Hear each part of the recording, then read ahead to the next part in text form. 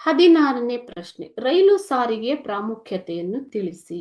ರೈಲು ಸಾರಿಗೆ ಅಂತಂದ್ರೆ ನಿಮ್ಗೆ ಬೇರೆ ಬೇರೆ ರಾಜ್ಯಕ್ಕೆ ಸಂಪರ್ಕಿಸುವ ರೈಲು ಸಾರಿಗೆಗಳು. ಅದೇ ರೀತಿ ಕೆಲವೊಂದು ಮಹಾನಗರಗಳಲ್ಲಿ within the city there is metro ಅಲ್ವಾ, ಮೆಟ್ರೋ ರೈಲು ಸಾರಿಗೆಗಳು ಇದಾವೆ. ಸೊ ಇವೆಲ್ಲ ರೈಲು ಸಾರಿಗೆಯಲ್ಲಿ ಬರ್ತವೆ. ಸೊ ಇವುಗಳ ಪ್ರಾಮುಖ್ಯತೆ ಏನು ಹಾಗಾದ್ರೆ? ಆರ್ಥಿಕ ಅಭಿವೃದ್ಧಿಯ ಸಾಧನವಾಗಿದೆ. ರೈಲು ಸಾರಿಗೆ ಅನ್ನೋದು ಭಾರತದ ಆರ್ಥಿಕ ಅಭಿವೃದ್ಧಿಗೆ ಒಂದು ಪೂರಕವಾದಂತಹ ಸಾಧನವಾಗಿದೆ.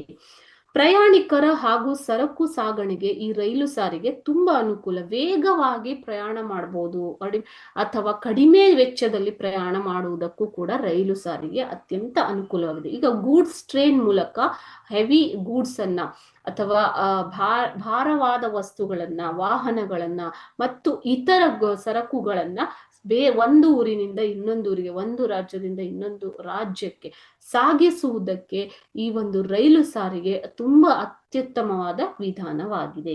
ಈ ರೈಲು ಸಾರಿಗೆಯಲ್ಲಿ ವೇಗವಾಗಿ ಅಲ್ಲದೆ ಕಡಿಮೆ ವೆಚ್ಚದಲ್ಲಿ ಪ್ರಯಾಣ ಮಾಡಲು ಕೂಡ ಇದು ಅನುಕೂಲಕರವಾದಂತಹ ಸಾರಿಗೆ ವ್ಯವಸ್ಥೆ. 4ನೇದಾಗಿ ಕೃಷಿ ಹಾಗೂ ತೋಟಗಾರಿಕೆ ಉತ್ಪನ್ನಗಳನ್ನು. ಈಗ ಕೃಷಿ ಮತ್ತು ತೋಟಗಾರಿಕೆ ಉತ್ಪನ್ನಗಳನ್ನ ವೇಗವಾಗಿ ಸಾಗಿಸಬೇಕಾಗತ್ತೆ ಅಲ್ವಾ ಮಕ್ಕಳೇ? ತ್ವರಿತವಾಗಿ ಸಾಗಿಸಲು ಈ ರೈಲು ಸಾರಿಗೆ ಸಹಾಯಕವಾಗಿದೆ.